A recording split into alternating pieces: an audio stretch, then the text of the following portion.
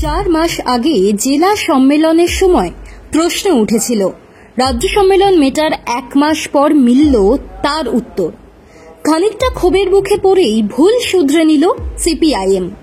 মালদা জেলায় বদল করা হলো সম্পাদক।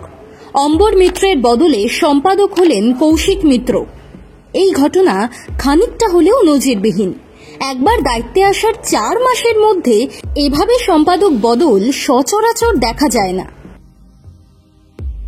সিপিআইএম নিয়মানুবর্তী দল, কিন্তু নিয়মও ভাঙা হয় কখনো কখনো। সেই ব্যতিক্রমকেই ব্যতিক্রমীভাবে শুধরেও নিতে হলো আলিমুদ্দিনকে। মাস 4 আগে মালদা জেলা সম্মেলনে সর্বসম্মতিক্রমে জেলা সম্পাদক হয়েছিলেন অম্বর মিত্র। নিয়ম অনুযায়ী টানা 3 বার জেলা সম্পাদকের মেয়াদ পূর্ণ করে ফেলেছিলেন অম্বর। তার সত্ত্বেও তাঁকে দায়িত্ব দেওয়া হয়েছিল যোগ্য লোক খুঁজে পাওয়া যাচ্ছে না বলে। শোনা গিয়েছিল গোষ্ঠীদ্বন্দ্বের কারণেই নতুন মুখ না বেছে অম্বরকেই দায়িত্ব দেওয়া হয়, কিন্তু এই ব্যতিক্রম মালদা জেলার অনেকেই মেনে নিতে পারেননি। ভিতরে ভিতরে চোরাস্রোত তৈরি হয়েছিল। অনেকেই বলতে শুরু করেছিলেন, নতুন মুখ কি নেই? নিচুতলার কর্মীদের মধ্যে এ নিয়ে ক্ষোভ তৈরি হয়েছিল। দলের অস্বস্তি বাড়াচ্ছিল ওই পরিস্থিতি, তাই দ্রুত মেটাতে হলো সিপিআইএমকে। সামনে বিধানসভা ভোট।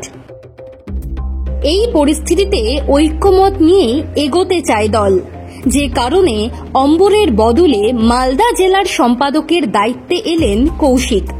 রাজ্য সম্পাদক মোহাম্মদ সেলিমের সঙ্গে সভায় হাজির ছিলেন রাজ্য কমিটির সদস্য শতরূপ ঘোষও। ওই সভায় জেলা সম্পাদকের দায়িত্বে থাকা অম্বর মিত্র নতুন সম্পাদক হিসেবে কৌশিক মিশ্রের নাম প্রস্তাব করেন।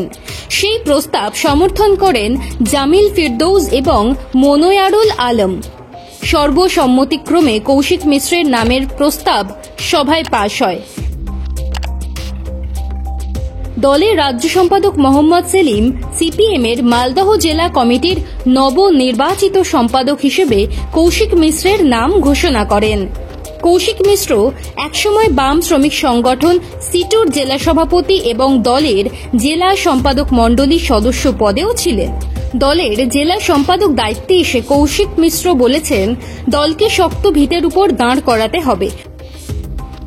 সাম্প্রদায়িক সম্প্রীতি নষ্টকারী বিজেপি ও তৃণমূলের বিরুদ্ধে সাধারণ মানুষকে নিয়ে লড়াই আন্দোলন করতে হবে। কৌশিক মিশ্রকে নতুন সম্পাদক হিসেবে পেয়ে মালদা জেলার আখেরে লাভই হলো বলে মনে করছেন কেউ কেউ। নতুন প্রজন্মের নেতার হাত ধরে নতুন পথে এগোতে পারবে দল।